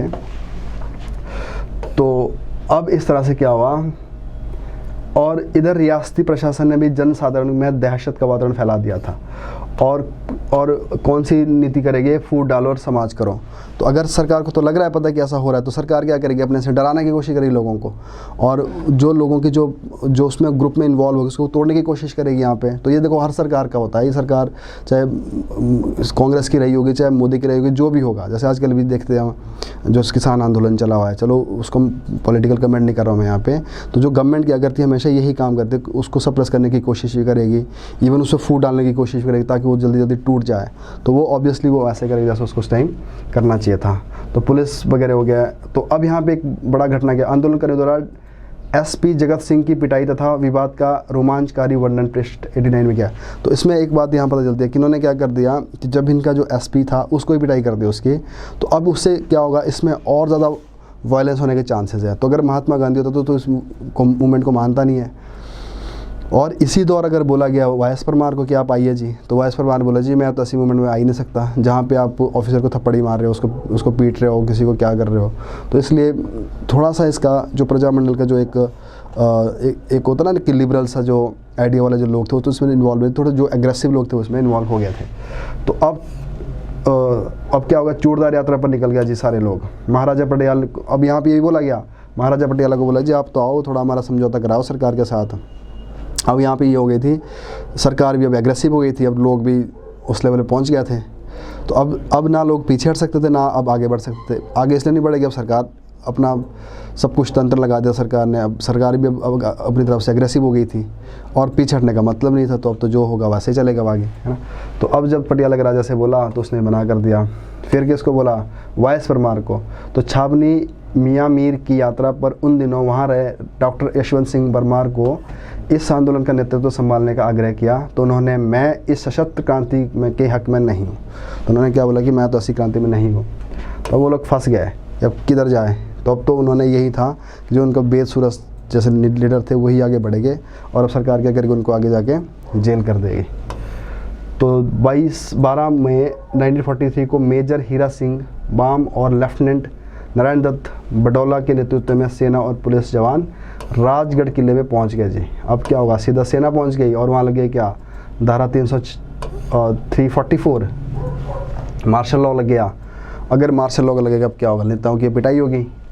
सैनिकों अधिकारियों से मुलाकात कर रहे सैनिक अधिकारी बाम की सेना सुरक्षा में महाराजा टपरोली आकर्षित। तो इस तरह से ऐसी बड़ी घटनाएं घट गई यहाँ पे। राम गोपाल ने इसे भी फेल कर दिया और तब महाराजा की सेना को अपना काम करने की आज्ञा दे डाली। तो उधर से महाराजा ने जो यहाँ का राजा था सिर्फ उसने बोला कि करो जो मर्जी करना, तुमने गोलियाँ चलानी जो मर्जी करनी। तो इसलिए और ज़्यादा खतरनाक हो गई ये रिवोल्ट। तो सेना ने अपनी कार्रवाई शुरू कर दी और 21 मई 1943 को सेना ने कटोगड़ा, और याद रखना जो बेद का जो गांव था, कई बार पूछ रहे थे किस गांव से था, सभी इनकी प्रथा चलती रहती कहाँ से थे। तो कटोगड़ा गांव से थे जी, इनका घर था। तो उसमें लगा दी आग, 3 मंजिला मकान तो डायनामाइट से उड़ा दिया। तो आग मैंने उसको क्या किया, उसको डायनामाइट ही फेंक दिया, उसमें उड़ा ही दिया घर ही उसको। तो आप समझ सकते हो आप जो प्रशासन और शासन था वो कितना भयानक हो चुका था कि जो उनका लीडर था उसका क्या कर दिया, घर ही उड़ा दिया। तो ये जो कटोगड़ा गांव है इसको याद रखना, पहले एक जगह रखनी है आपने याद जहाँ पे इनकी मीटिंग हुई थी। तो ईश्वर की लीला पर विश्वास रखने वाले वेद जी उनकी लीला का वर्णन करना यहाँ भी नहीं भूलते और लिखते हैं। तो ये जो भी उन्होंने लिखा हुआ है, तो अब यहाँ पे तो वेद के पास कोई ऑप्शन ही नहीं, उनको तो करना ही पड़ेगा, है ना पटियाला का राजा बीच में आ रहा है, ना वायस परमार बीच में आ रहा है, तो सीधे टक्कर किसके बीच में, आम लोगों की सीधी इतने बड़े सरकार के साथ। तो ये बहुत ज़बरदस्त रेवोल्यूशन था। तो अब आंदोलनकारियों ने अपनी अपनी कैंपों में प्रबंध व्यवस्था कर दी थी। और उस टाइम क्या था, जबकि दहशत फैलाने के उद्देश्य से सेना के जवानों ने कोटी में कालीराम और चेत सिंह के मकान में आग लगा दी। तो जो ये कालीराम और चेत सिंह थे ये वेद के बड़े खास करीबी लोग थे, तो उनके घर भी जला दिए। तो इतने यहाँ तक पहुँच गई थी। और कुछ सैनिक राजगढ़ के टिले पर बसे गांव सरोट से गोलियों की बौछार कर रहे थे। तो ये कोटगढ़ वाला ये सारा एरिया क्या हो गया यहाँ पे, इस लेवल पे पहुँच गया रेवोल्यूशन। और बाद में वेद जी ने अपनी कुछ साथियों के साथ पुलवाहाल पहुँचे और तहसील जुब्बल के नारायण सिंह के समक्ष उपस्थित होकर स्वयं ही गिरफ्तारी दे दी। तो अब देखो ये जो रिवोल्ट है फेल भी होगा। तो वेद के ऊपर जब लगा कि मतलब गोलियाँ चल पड़ी है, घर जलाए जा रहे हैं, तो अगर और वैसे ही इसको कंटिन्यू रखते तो और ज़्यादा यहाँ पे खून खराब हो जाता। तो यहाँ पर उन्होंने क्या किया, समझदारी से काम कर लिया कि इस खून खराबे को रोकने के लिए मेरे पास एक ऑप्शन है कि मैं जाके खुद ही सरेंडर कर देता हूँ। तो उन्होंने जब सरेंडर किया तो अब जो नेक्स्ट है इसका एक और पेज है आगे, हाँ ये भी है। तो ये भी देखें ना, ये जो न्यूज़ है, जीविकोपार्जन में मददगार कारागार सुधारात्मक सेवाएं। तो जो कारावास मतलब हमारी जो जेल है, तो उन जेल में हमें रिफॉर्म लाने की ज़रूरत होती है। और देखो जेल में जो लोग हैं उनको भी एम्प्लॉयमेंट देनी है, और वही अगर उन लोगों की जो ह्यूमन राइट्स हैं उनके वो भी बचने चाहिए, है ना। तो उसके लिए सरकार ने क्या कर रखा है, अब कुछ स्कीम्स लेकर आ रही है। एक स्कीम है, इसका नाम हर आत को काम। अब जो जेल में जो लोग रह रहे हैं उनको बोला गया कि जो तुम्हारी पोटेंशियल है, जो तुम्हारी कैलिबर है या जो तुम्हारी एजुकेशन है, वैसा आपको काम दिया जाएगा जेल के अंदर, और जिसके बदले उनको जो वेजेज है वो भी प्रोवाइड कर दिए जाएंगे। इवन स्किल की डेवलपमेंट भी दी जाएगी उनको, ताकि जो बाहर जब जेल से निकलेंगे वो लोग, एक तो अंदर भी वो फ्रस्ट्रेट नहीं रहेगा कुछ कर रहा है, तो जब वो बाहर निकलेंगे तो अच्छे से वो कुछ ट्रेन होकर निकले और उनके पास कुछ पैसा भी हो, ताकि जो अपना उनका जो परिवार है उसके साथ वो अच्छे से अपना जीवन यापन कर ले।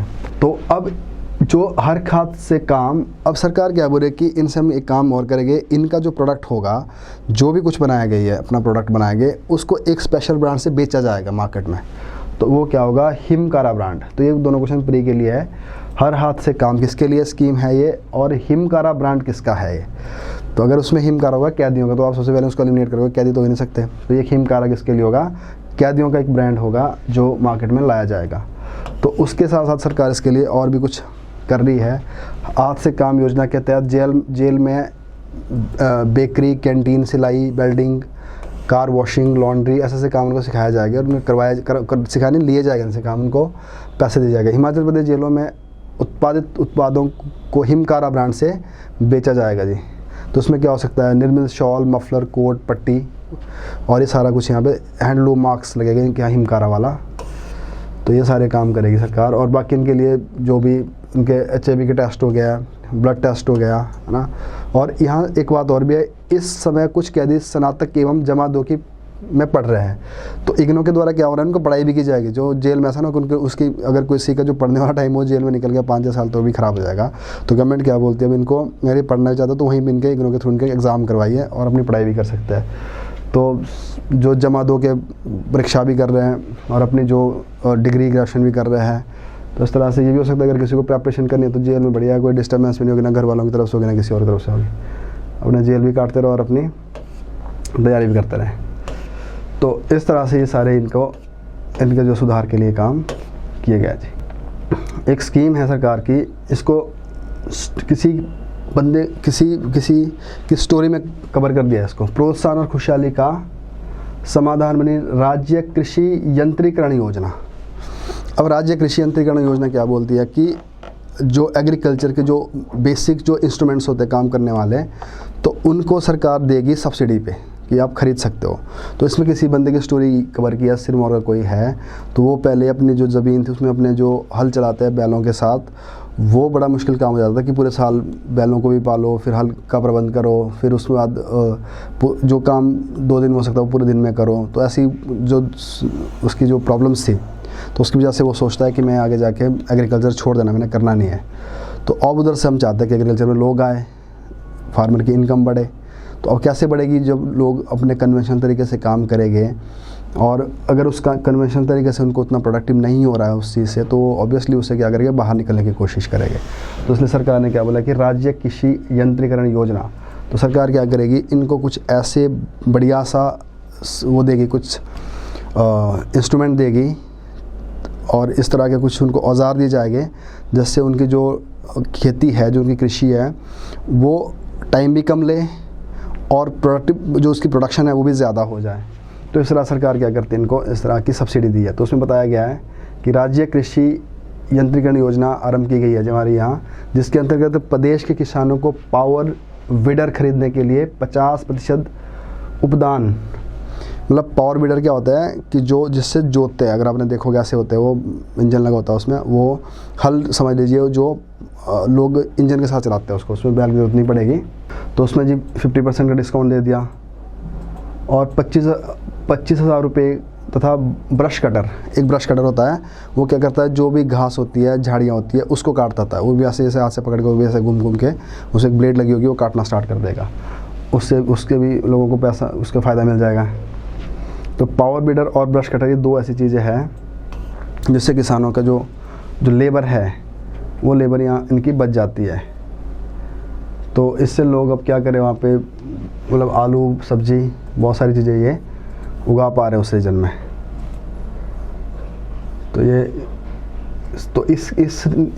जो स्कीम है, चलो प्रीलिम्स में भी क्वेश्चन बन सकता है, पर मेंस में आप लिख सकते हैं जब यहाँ पे जो एग्रेरियन की जो बात करेगा हम कि एग्रीकल्चर सरकार ने क्या क्या कदम उठाया है, तो यह क्वेश्चन ही बनना कि फार्मर की इनकम को हमने डबल करना है तो क्या करेंगे, तो ये सारी चीज़ें उसमें काम आएगी। तो फार्मर की इनकम को डबल करने के लिए कोई ऐसी नहीं कि कोई अलग से कोई टॉपिक होगा इसके लिए, तो आपको ऐसे ही जोड़ने पड़ेंगे वो कि उनका टाइम कैसे बचेगा, उनकी इनकम कैसे बढ़ेगी, राइट, उनको मार्केट कैसे मिलेगी। तो जब सारी चीज़ें कोलैबोरेट हो जाएगी तो ही उनकी इनकम बढ़ेगी, है ना।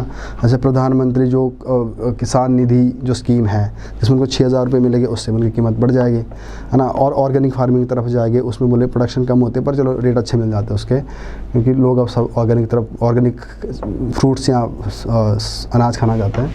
तो इस तरह से ये जो सारी स्कीम्स है ये आपको ऐसे रिलेट करनी है अपने सिलेबस के साथ। अब नेक्स्ट है जी यहाँ पे, तो पूर्ण राज्यस्व स्वर्ण जयंती के उपलक्ष्य में साल भर में आयोजित होंगे विभिन्न कार्यक्रम।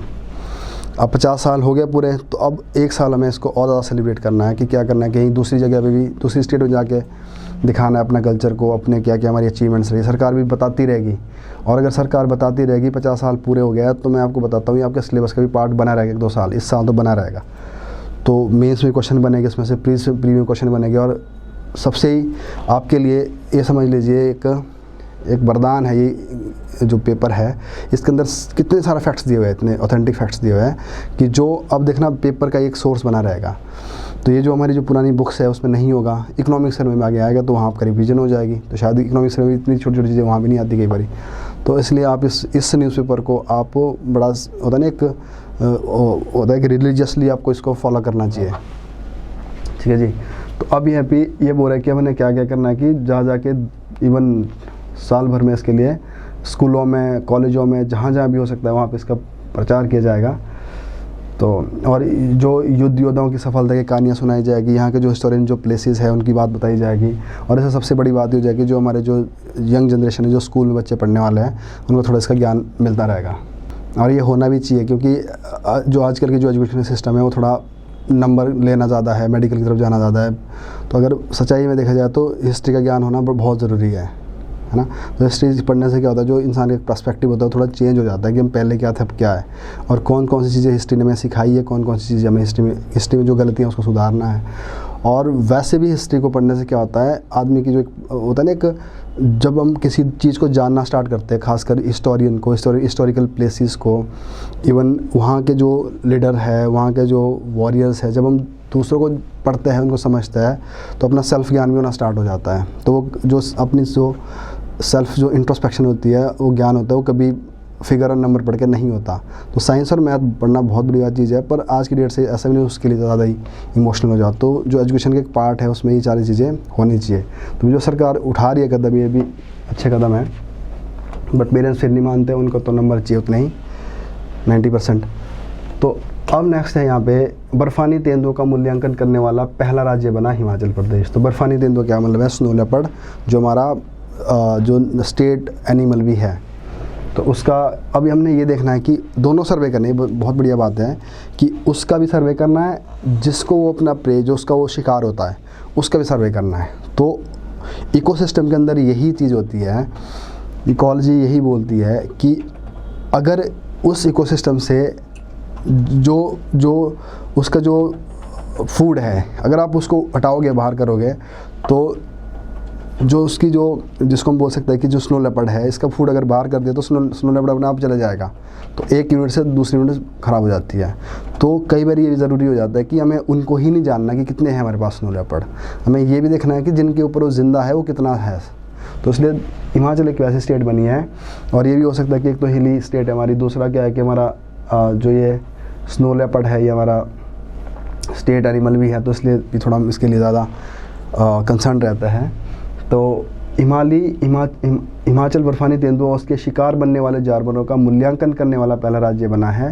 राज्य वन विभाग के वन्य प्राणी विभाग ने प्रकृति संरक्षण फाउंडेशन बेंगलुरु के साथ, तो नेचुरल जो कंजर्वेशन जो फाउंडेशन है बेंगलुरु वाली, उसके साथ हमने कोलैबोरेट करके इसकी तरफ ध्यान दिया है। तो अभी ये माना जाता है कि शायद हमारी स्टेट में 73 है जो बचे हुए, जो बर्फानी जो तेंदुए है, जो स्नो लेपर्ड है, वो 73 रहे हुए अभी तक। और अगला है, भविष्य में बर्फानी तेंदुआ और उनके जंगली शिकार की आबादी का आकलन करने के लिए एक और लंबी अवधि लगेगी।